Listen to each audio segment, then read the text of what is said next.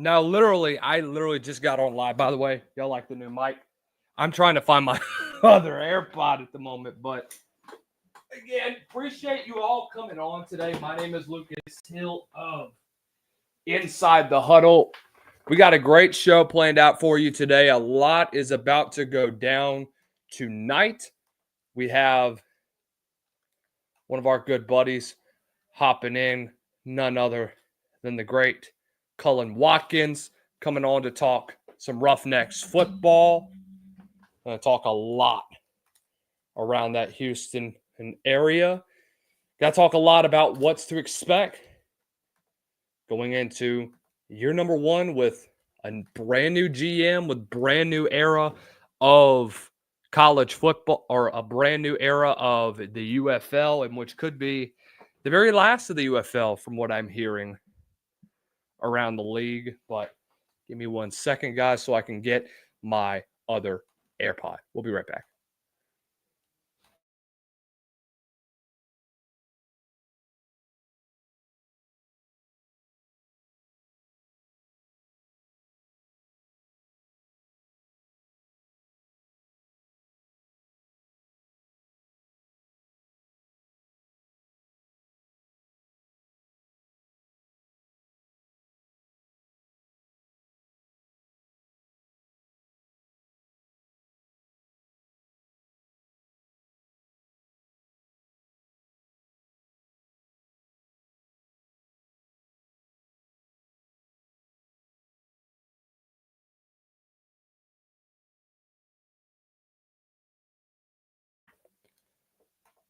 All right, now that that's over with, let's get it back up and running.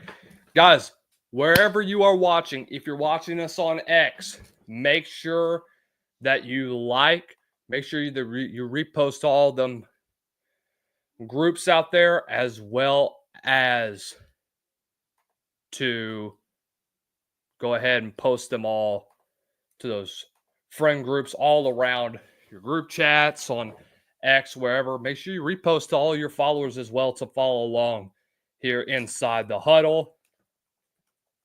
Because, guys, we have a lot that needs to be talked about today. Okay, we got obviously UFL season. We're just over a month away from kickoff. I will be in Arlington for game number 1 between the Arlington Renegades and the St. Louis Battlehawks. Can't wait for that one. I will be in Houston as well. So really excited to have Cullen on. Come talk some UFL football. So let's kind of dive in a little bit about what we're about to preview today.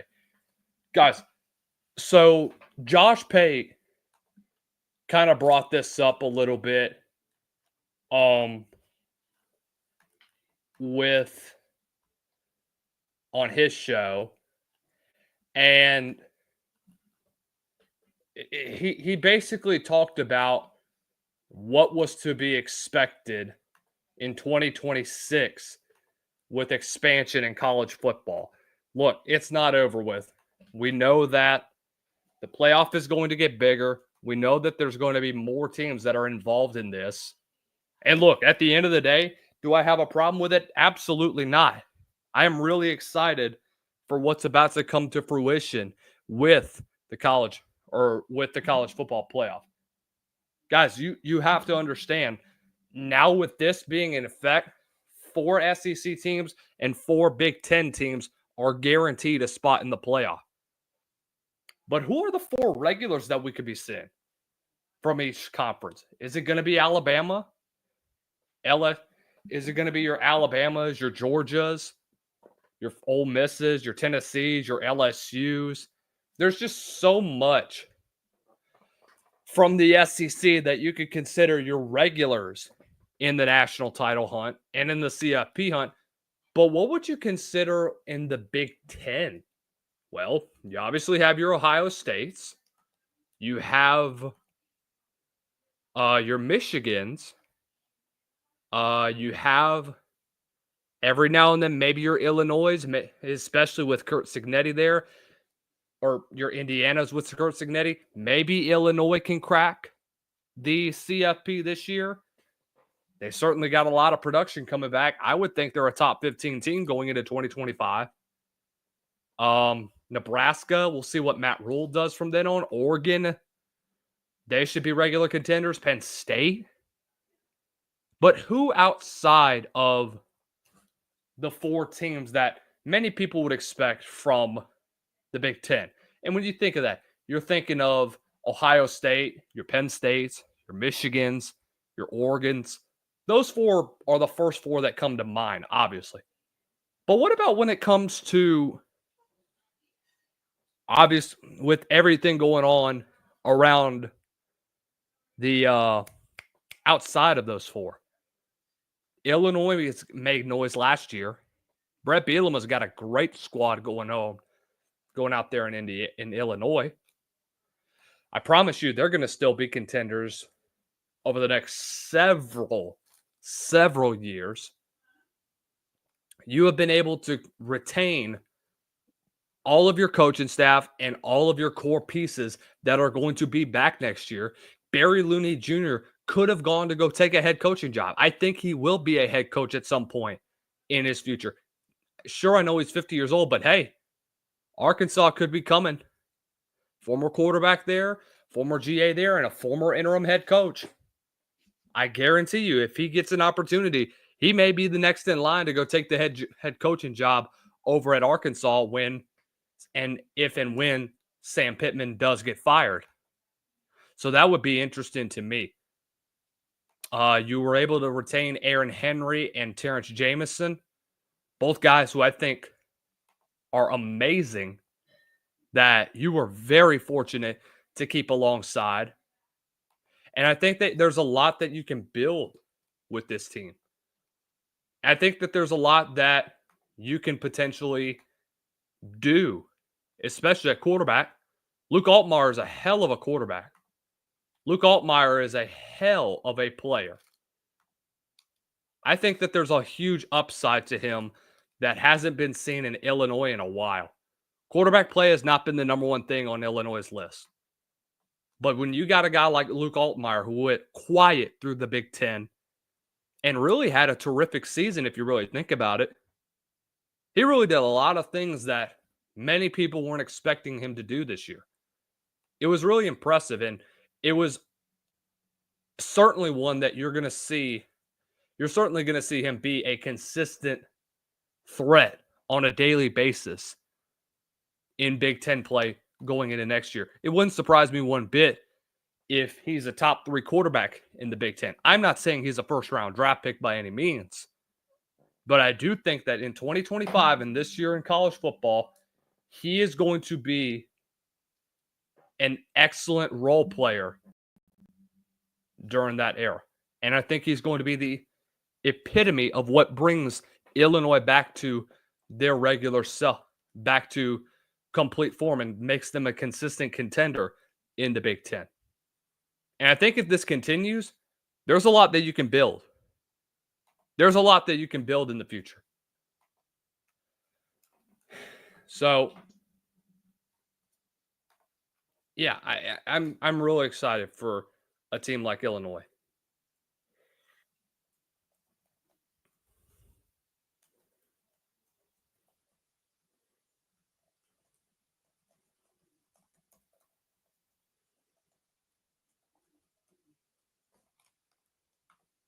So, let's continue on as we dive deep more into the Big Ten.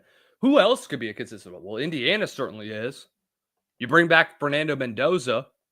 Yes, you're obviously going to lose a lot of star power over the next, especially this year. You lose Zach Orton. You're losing Curtis Rourke, and you're losing a lot of defense. So we'll get into more of that later. Let's talk some UFL. Let's bring in none other UFL insider for none other than the Houston Roughnecks, Cullen Watkins. Cullen, what's up, man? How are you this morning? Or this evening, actually? This evening, I'm doing good. How are you doing? I cannot complain, my friend. Hey, look, man, it's amazing to me how literally a snap of the fingers, and we're already about over a month away from the UFL season from coming back. You're around the Houston area. A lot is at stake. You basically almost, I wouldn't necessarily say cleaned house, but brand new GM, a lot of experience at the NFL level. What is expectation this year, especially after coming off of a 1-9 season last year? Mhm. The expectation is improvement, right? And like you said, we got a new GM. We did not get a new head coach, nor did we get a new offensive coordinator. So right now, the expectations win more than one game, right? That's the goal.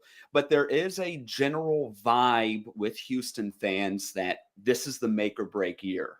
If this year the Roughnecks don't perform, we don't know what's going to happen to our team. So that's the general consensus. And two, keep in mind, look at what Memphis did. They had a terrible season, and I'd argue that they had more turnover with the coaching staff, and there were more changes there, a sense of urgency in Memphis that a lot of us Houston fans didn't really feel over this offseason. But with that being said, we do have some dogs. We got some dogs. So it should be better than last season. Let's hope. I mean, especially when you look at overall stats, and I hate to bring this up. I mean, you bring out with the worst record and the second worst attendance Mhm. in the UFL, and you're certainly right. And I've talked a lot about with other UFL insiders and say that it's not just your team, it's the whole league itself. They're saying, okay, this could potentially be the last year that the UFL exists. This is a money-making thing that we have to come together and do. That's why the merger happened in the first place. You brought in a team that was struggling with or a league was struggling with attendance, and a league that's struggling with money-wise. You brought them together. Okay, maybe we can make something work. Now, obviously, the first year, I personally loved the UFL. I went to a couple of UFL games. I had a lot of fun at those games. And I feel like this year now, with how the TV ratings performed last year, this has to be make or break. But please correct me if I'm wrong. Is it? I get that vibe. I'm right with you there because at the end of the day, it's about money, right? I know you know that. I know it. It's about making money. And there's some people who say, and I'm sure you hear it too, it's, oh, the people, the butts in the seat don't matter. It's the TV ratings, the TV ratings. Butts in the seats matter, right? Yes. They do. They do. So Butts I in the am seats totally make with the you. money. Because it looks good on TV. And when you get in the stadium, you're buying concessions, you're buying merchandise, and you go and tell your friends and family about the great time you had at the stadium. So something has got to change in that regard. Now, hopefully, with the Roughnecks going to play at TDECU, U of H campus, hopefully we see better attendance numbers because Rice, it was not a good facility, but that is not the only reason why attendance is having issues. Mm. Yeah, I'll be there first game of the year for Friday Night Lights. So really excited to be there. Look, Houston's got a lot to work on, especially at that quarterback position. But biggest thing is you guys got Anthony Brown coming in, 26 years old. He's a young guy still. Brings a lot of dual threat capability to a roster that really struggled in quarterback play last year with Nolan Richardson and Reese Sine splitting reps at Q. What has Anthony Brown been like so far? I know that training camp hasn't really started, but from what you've seen collegiately and what you've seen so far through the pros, what is something that he's going to bring to this CJ Johnson led team? He brings experience. Last year, we had Reed Sennett, Nolan Henderson, and Jarrett Guarantano. These were three guys. And look, I have nothing against any of those three guys. They're talented in their own ways, but they just didn't work with a CJ Johnson offense. What Brown is going to bring, I mean, he played D1 at Oregon, playing against programs like Ohio State. And he played preseason football behind Lamar Jackson in Baltimore, the Ravens. This is a guy who is going to bring leadership.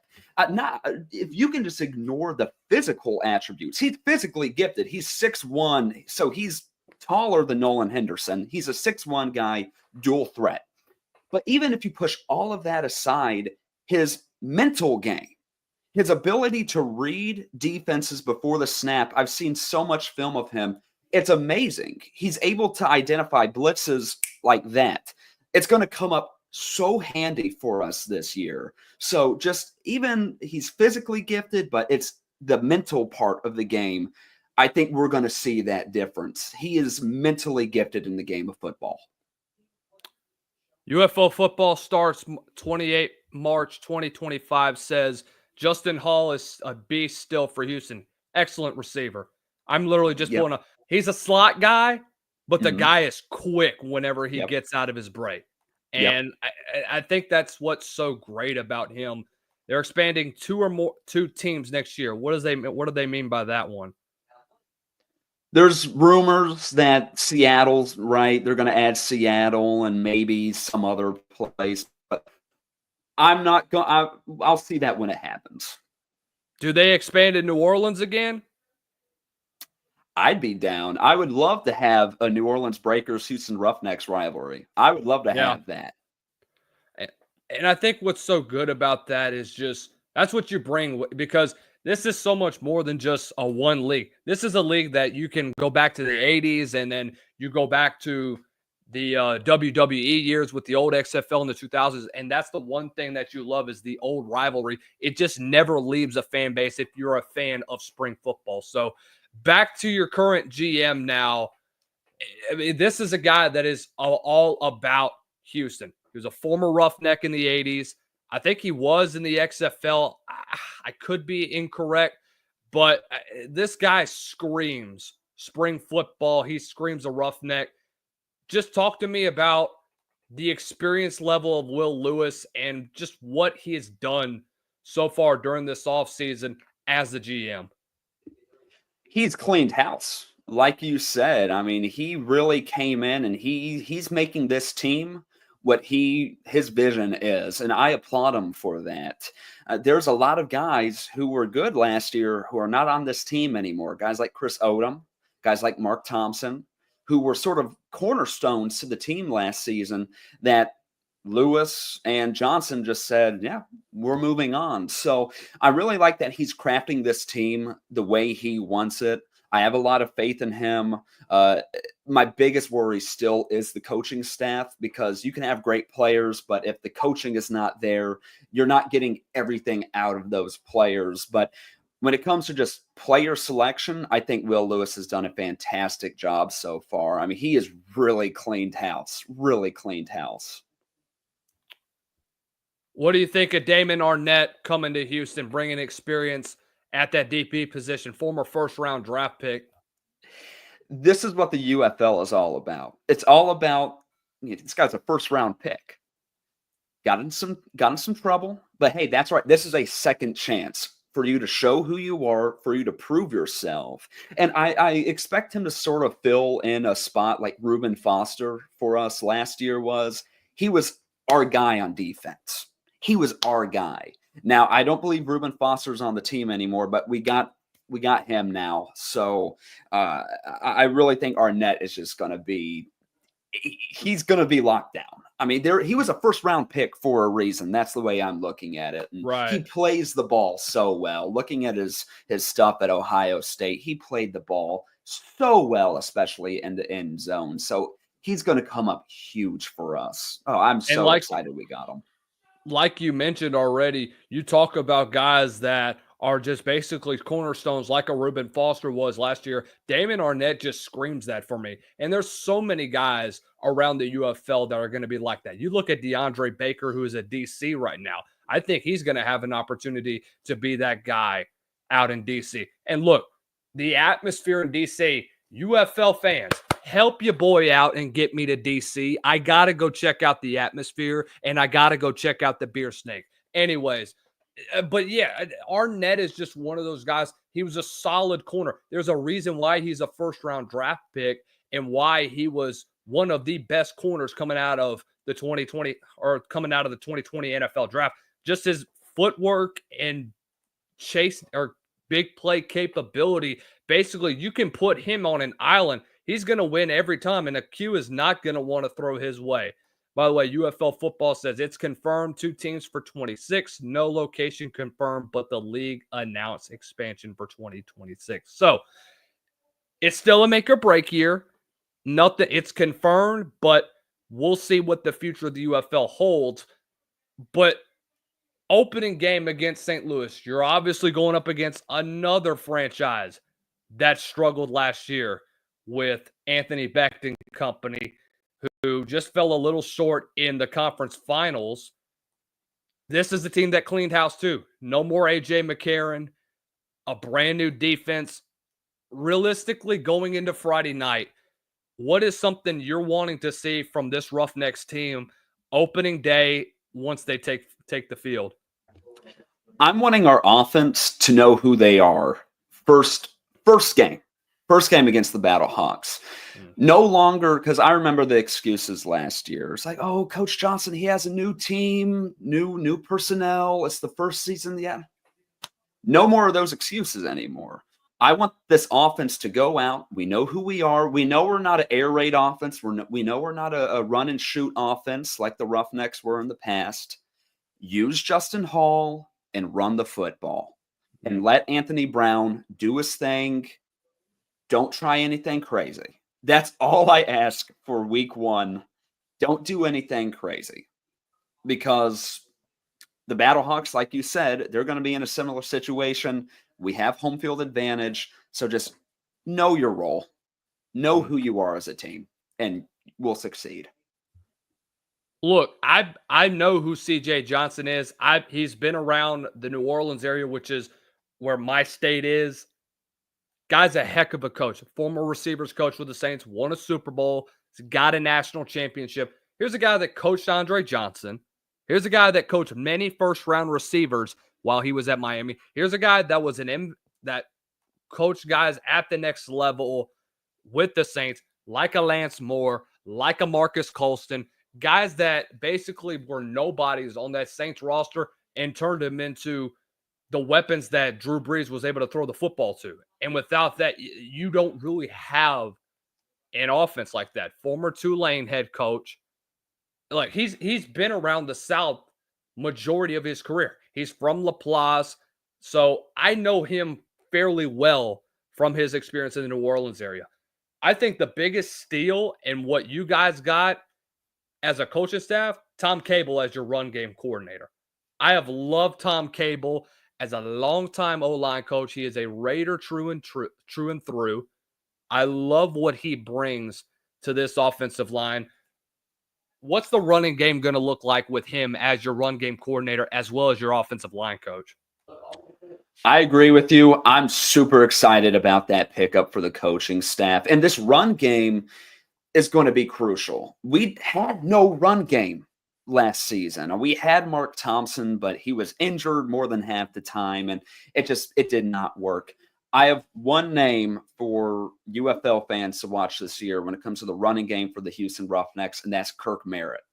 Kirk Merritt, a wide receiver, running back combo.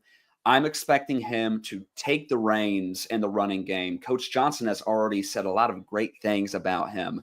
He was having a great season last year before he broke his arm or wrist against the DC Defenders. But he's going to be back. Hopefully this O-line and this running game, the coaching is better. So Kirk Merritt, he's explosive. I am super excited for him. I think he is going to change this running game for this Roughnecks offense. And everything else goes with the running game, as you know, as well. He's a Destrehan guy, too. He's literally about an hour and a half from where I live. So really familiar around that Louisiana area. You mentioned about how this is a second chance league. Just talk to me about some of the notable guys that the Roughnecks are getting that could be potentially getting their second chance as they potentially look. Because look, I've been around the league already, like I mentioned. These dudes do not care about what they get in the money wise. They're not having no contract disputes. They just want to make it to the next level. They want to go back to the NFL. And that is what the beauty of the UFL is that it's just a pure league that everybody can enjoy. There's no politics involved. There's no money disputes involved. And that's what's so good about the UFL. So talk to me about that second chance opportunities that these guys are getting. Mm-hmm. So with this Roughnecks roster, surprisingly, we don't really have that many more NFL guys besides the ones that we mentioned, but we actually have a lot of returning guys, either from the Roughnecks or from other teams. Avery Genesee, he was with the Roughnecks in 2020 under PJ Walker. He has followed the Roughnecks every single year since 2020. This is his chance, right? I mean, he is fighting for a spot in the NFL. TJ Vasher, a wide receiver, he was on the 2023 San Antonio Brahmas. The Brahmas in 23 weren't the best. So he's looking for another chance to show his talent. He was a beast at Texas Tech. He was a beast there. It's a great opportunity for him to show who he is. Corn Elder, another DB. He showed out last year, and I'm looking for him to show out even again. So there's a lot of spring football veterans now on this team that hopefully they make it to this next level now with multiple years under their belt. And you are so right. They're doing this for the love of the game. It is for the love of the game. It's not for the money. When they lose, you know it hurts. That's exactly why the motto of the league is for the game. So Cullen Watkins of the Roughing 'Em Up podcast, check him out on YouTube. He hosts with another good friend of ours, Arlington Lane, the A-Train. He is Mr. Roughneck himself, actually. Look, like I mentioned, I'll be there at Tedecchio for that first game. Battlehawks are coming in. Probably should be one of the favorites to head back to the UFL title, maybe to repeat, or not repeat, but get close to a potential shot at a title. I think that fan base deserves it. It's obviously a tough test, but realistically, what's the strength of this team? What is the strength of the Roughnecks going into 25? I think the strength of this team is what I said, what they need to do week one. And that if they know their offensive strengths, I'm not too worried about the defense. Their offensive strengths of the short passing game and running the ball, utilizing Justin Hall, surgical passing, that is the strength of this team. Again, this team is not going to throw 350 yards on your favorite team. That's not the identity of this team. If the Roughnecks want to win this year, they got to be surgical and they got to be precise on offense. And notice how I'm not talking about the defense because, again, the offense needs to step up if we want to win. I'm not worried about the defense. It's the offense that needs to hold their weight this time. Let's take a look at the schedule for the Roughnecks as we take a look here. Like I mentioned, first game, they'll be playing the opening game will be at Tedecchio. Then you go to Arlington, Memphis for a 2-game trip, back at home against Birmingham. I think that Birmingham game is going to be interesting to me because I think that's going to be really what you see and where this team is going to be in 2025 and what the expectation is, whether it's a good or a bad. That's what you have to get. Then you go to San Antonio, Memphis, back to Birmingham, Michigan, D.C., and back to Michigan. Realistic expectations, what are they? I'm not going to put a number on it, but I will say this. Seeing the 2 Michigan games at the end, we hope that we're fighting for a spot in the USFL playoffs by that point. So those 2 Michigan games could really have a lot of impact. Let's see here. The Showboats, I hope to split the series with them, but I think the Showboats are going to be good, man. I think they're going to be really good this year. And then, of course, I love Ken Weisenhut's offensive agree. strategy, and I love what he's going to bring. I think, look, I love Coach Flip from last year. The dude actually popped off at me last year during a press conference. I don't even know if you saw this. I was at the Birmingham game. That was me. Yeah. And it was amazing just seeing it. But I don't know if Coach Flip was really invested in there. That's why they decided to go for a different out to go get Ken Weisenhunt, which probably one of the biggest hires of the UFL season in coaching, just coaching in general, not just head coaches, because I love his philosophy. I love what he's going to bring. I think this offensive line is going to be a hell of a lot better than what you saw last year. I totally agree. And I was thinking about it today. Look, the Roughnecks more than likely aren't going to be fighting for a number one spot. No. I think that's well known, right? But the sort of breaking point, the big point in the USFL conference, how are the Panthers going to be and how are the Showboats going to be? I think Stallions take number one spot again, right? I mean, duh. But Showboats and Panthers, Roughnecks have a chance to play some spoiler there. So I'm really excited for those two teams to see how they are. Before we let you go, Cullen, early odds. Who's winning? Is it a four-peat for Birmingham, or do we have a new champion this year? I'd say so. I'd say that they're really in line for a four-peat. I mean, they've won 3 in a row for a reason. They got Alex Magoo back. That is essentially. You could put Alex Magoo anywhere at this point after we saw what he did with the Packers during preseason. And you got Corral. He could win a championship on his own. And then you add Magoo in there. He can win a championship. You add Skip Holt. It's a dynasty in Birmingham. And I honestly think the only teams that have a chance of dethroning them are in the XFL conference in the championship. Either the Brahmas with Wade Phillips or the Battlehawks. But I would not be surprised if we see another Brahmas Stallions championship. I think they are by far the best teams in the league. By far. This thought actually just came to mind. Does PJ Walker come back to Houston? If PJ Walker comes back to Houston, man, I don't know what I'd do. I don't think he is. I think he's established up there in the North in the CFL. But if PJ Walker came back to the Houston Roughnecks, I think we'd have a new number one in the USFL conference. I'm pretty confident in that.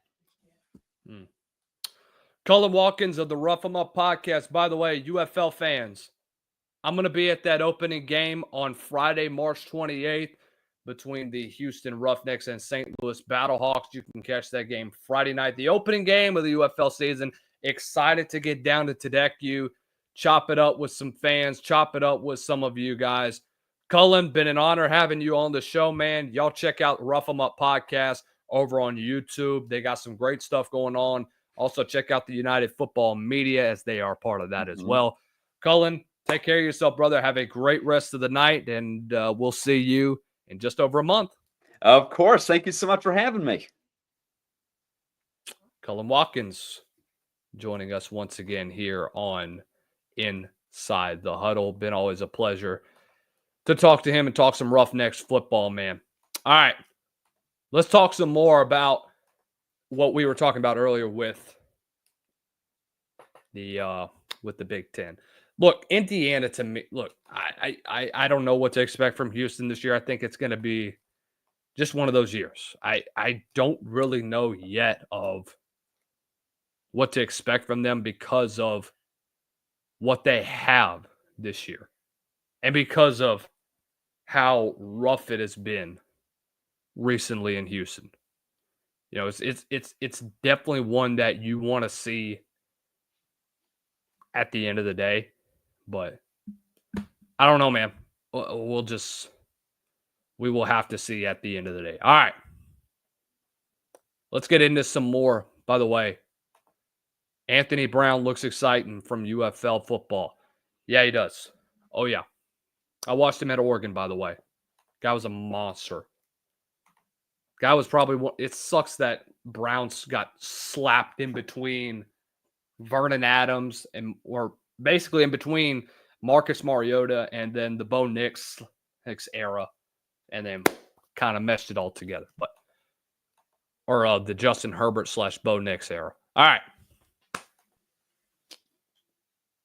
If we end up getting a 16-team playoff like we're hearing, then this is going to be really interesting to where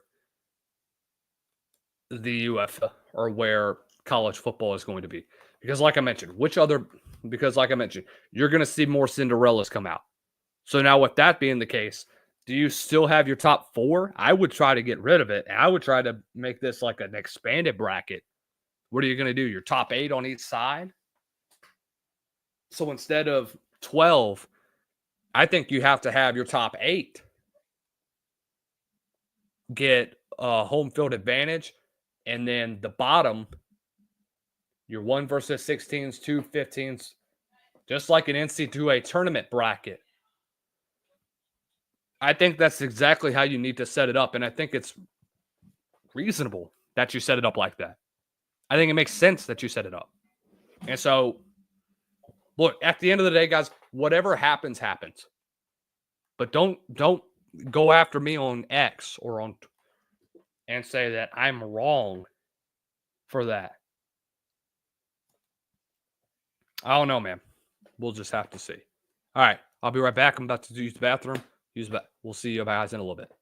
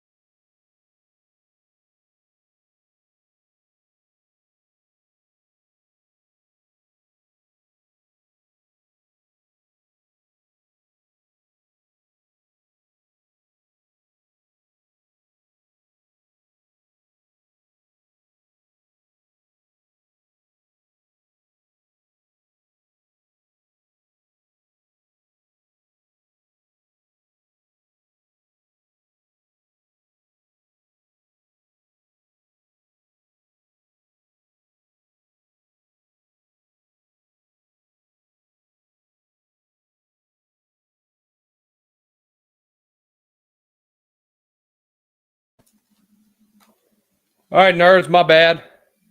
That took a little bit longer than I thought. Did anybody else join? No, I didn't think so. Let's do some film breakdown. Why not? Heck with it. Many of you have been wondering why Shilo Sanders never got a combine invite. And here is why. Let's just get real. Let's do a film breakdown. If you look at how he performed throughout the East West Shrine Bowl, you would understand. Because look, his performance in the bowl game was bad. Everybody looks at, oh, well, he did good in the game. Nobody cares about the freaking game. Nobody pays attention to it. That's the thing. Nobody gets it. Is that nobody could care less about the actual game. They care about what you do in practice. How do you carry yourself? How do you do in one-on-one battles? How do you do in team periods? How do you do in 7-on-7s? That is what scouts are looking at most. You think that they care about what goes on in a freaking all-star game? They don't. Get real about it. They don't. They don't care. They care about what you do in practice. That's where the majority of your scouts are going to go, is to the practice to view things like that. And you could consider and say, "Oh, I'm wrong," or I'm stupid for saying that. All right, whatever. Do not care one bit. But you got to be real. You have to be honest with yourself and be absolutely serious when we look at this team and we look at a guy like this and we say, hey, you know, this is what it's all about at the end of the day. This is what we see from guys like this.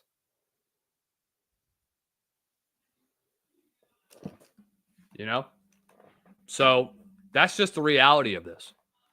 So whether you like it or not, it's the truth. So let's pull up the film. So give me 1 minute while I do this. So I've got to go ahead and get this film straightened out.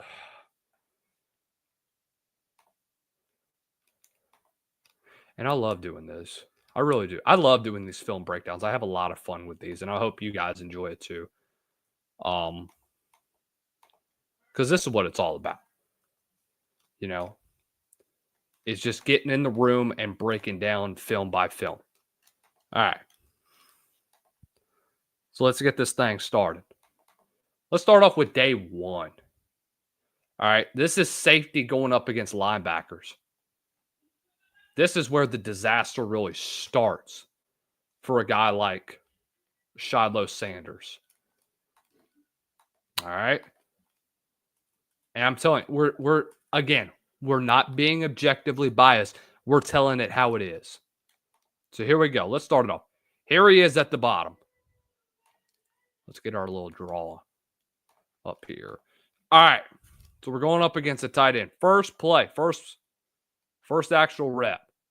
Okay, we're physical, but we're late. All right.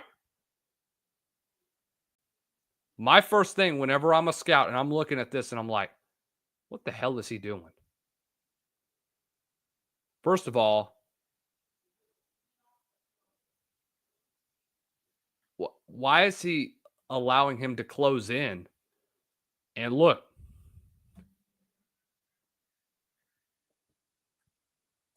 sure, this isn't really pass interference either, because both are hand fighting. And who's the more physical one? Is it Shilo or is it the tight end? And unfortunately, the Shilo was able to flip his hips, get out of his break, and make the catch. So that's the one thing. That's the one thing that's bad about Shilo Sanders, is that he just is not physical when it comes to these one-on-one matchups. He can't Not to mention he's 25 years old. That's another thing that a lot of people won't tell you is that he's too old to be an NFL safety. He won't mesh well to the NFL. All right, here's the next one. Same tight end. All right, I'm not going to be aggressive. I'm going to play off a little bit. Okay, they ran a short in cut. And I'm late to the ball and I have a bad angle. Look at his feet. You're flat-footed. You got happy feet too initially. You see that little short stutter? Watch this. Look at this foot right here. Bam. See it? Right there. Pay attention. I'll zoom in on it if I can. Yes, I can. Bam. Bow. And gets out of his break. Can't do that. Can't have happy feet. Looks like he's hesitant with his feet, like he's scared. Can't be doing that. Especially against a big. Heck no, you cannot.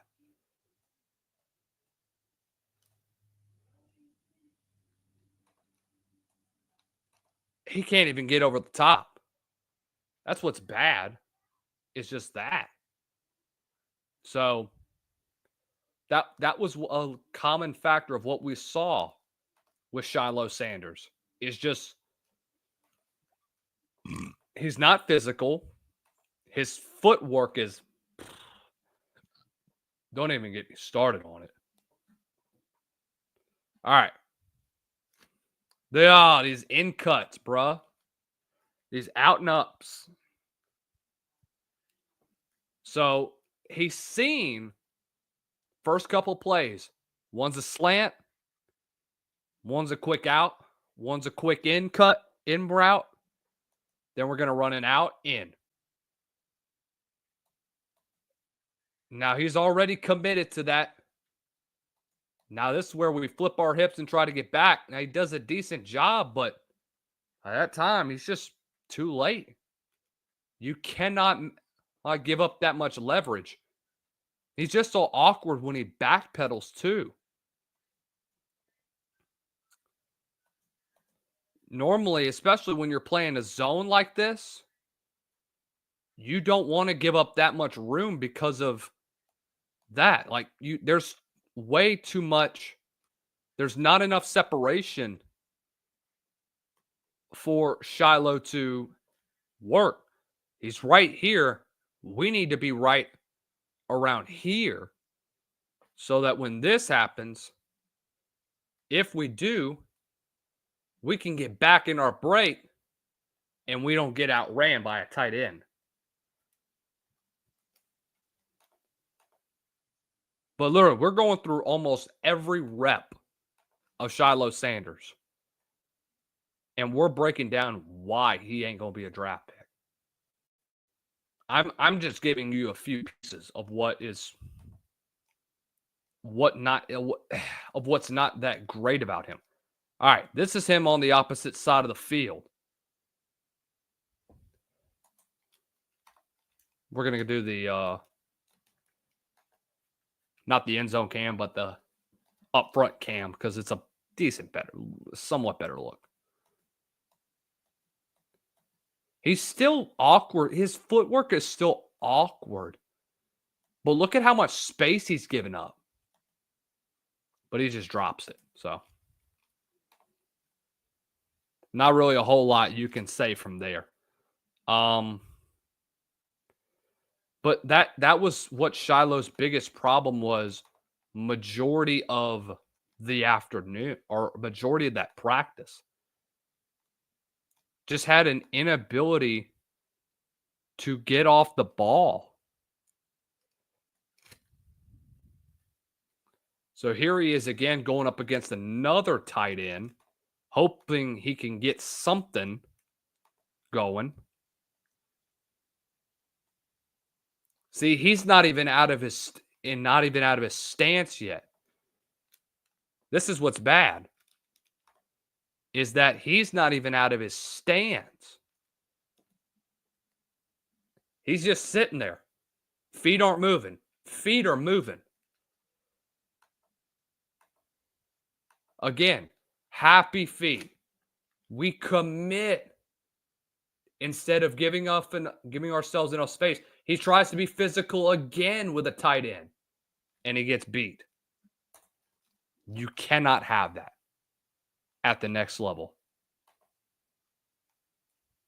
If you do, you're going to put yourself in a bind. And that's exactly what Shilo has done so far, is just put himself in a bind with this. He's getting cooked by tight ends. And I'm not making a knock against a tight end, but I'm just telling you, I'm not impressed. And in one-on-ones, even against DBs or against receivers, he wasn't that great. He didn't impress me one bit. Not one bit was I impressed with what Shilo Sanders did. Not once. I thought he struggled tremendously. I thought he struggled with having too much room, giving up a lot on the outside. He wasn't consistent. And I thought that it was going to bite him in the butt.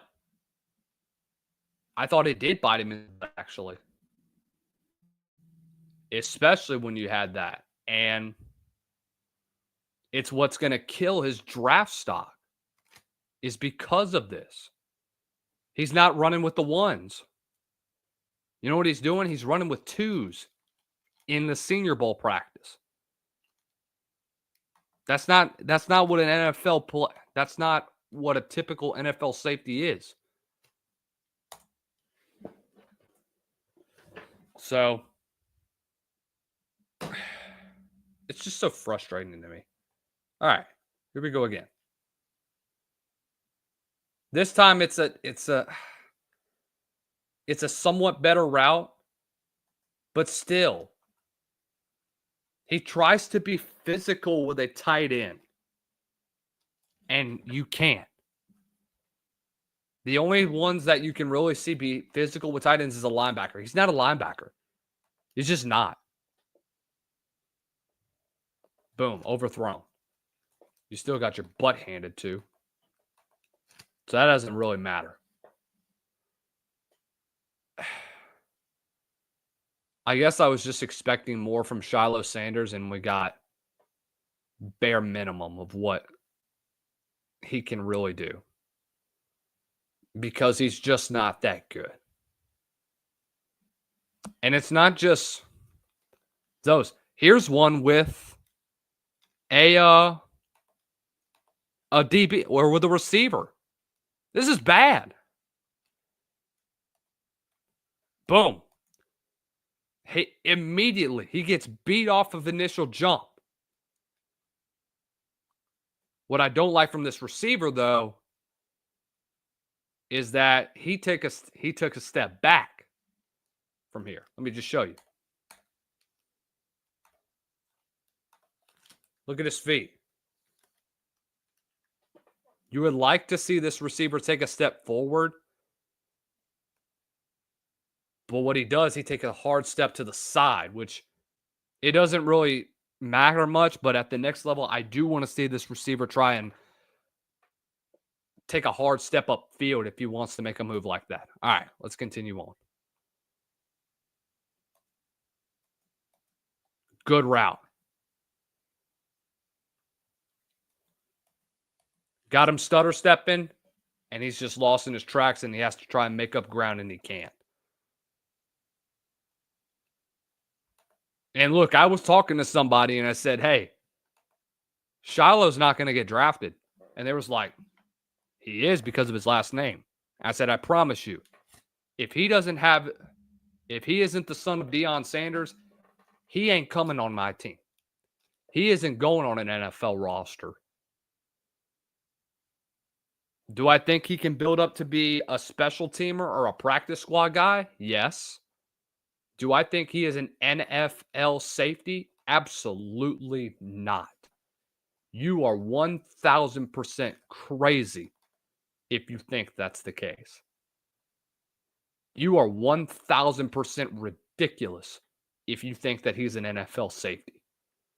Okay, so here is one-on-ones, or this is 7-on-7.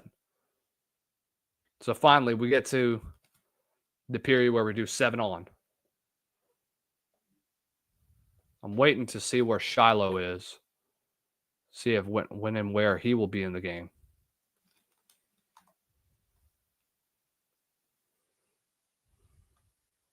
Trying to find it right now.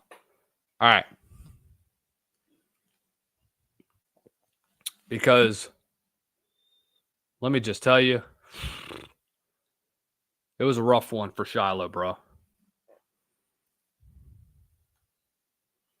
So there isn't really any plays that you could see in red zone that was of note. But, dude, he got cooked a lot. All right, here's one play. I'm trying to find one, like, legitimately. I'm trying to find one that I'm impressed by him from. And I just can't. I struggle with trying to find one. Because I don't trust him. Here we go. I know it's kind of blurry, and I'm trying my best. But here he is. All you got to look is the all black.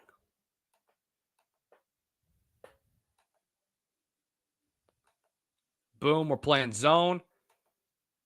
And he gets beat. I'll say this, it's decent coverage, but still, you're getting beat. So, I mean, we can evaluate him from this, and we can evaluate him from what he did in season. Was not that impressive. I promise you, he wasn't impressive. He's 25 years old. Let's get that through our heads. He is 25. He is not an NFL safety. He will never be an NFL safety. And this right here just proves it. So I don't know what really people are saying. Oh, he got snubbed. Oh, he got snubbed. No, he didn't. He's not a good safety. And he may be a special teamer. If he gets drafted in the NFL, I am shocked. It'll be probably the shock of the night for me if Shilo Sanders is drafted in 2 months in the NFL draft in Green Bay. Guys, that is going to end it for us here on Inside the Huddle. What a great show. Heck of a show. 2 great shows in a row. Yesterday, we have achieved some pretty big numbers. 135 of you have already looked at our video with Richie Incognito and the situation that's going on there. On TikTok, we posted a short or two. And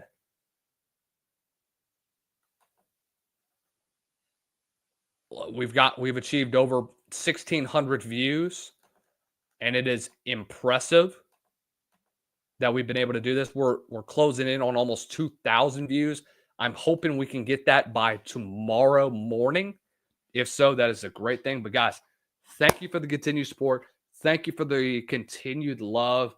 You guys are amazing. You guys are awesome. Have a great rest of the week. We'll see you tomorrow. And until next time, this is Lucas Hill saying, well, so long, and we'll see you as we dive in next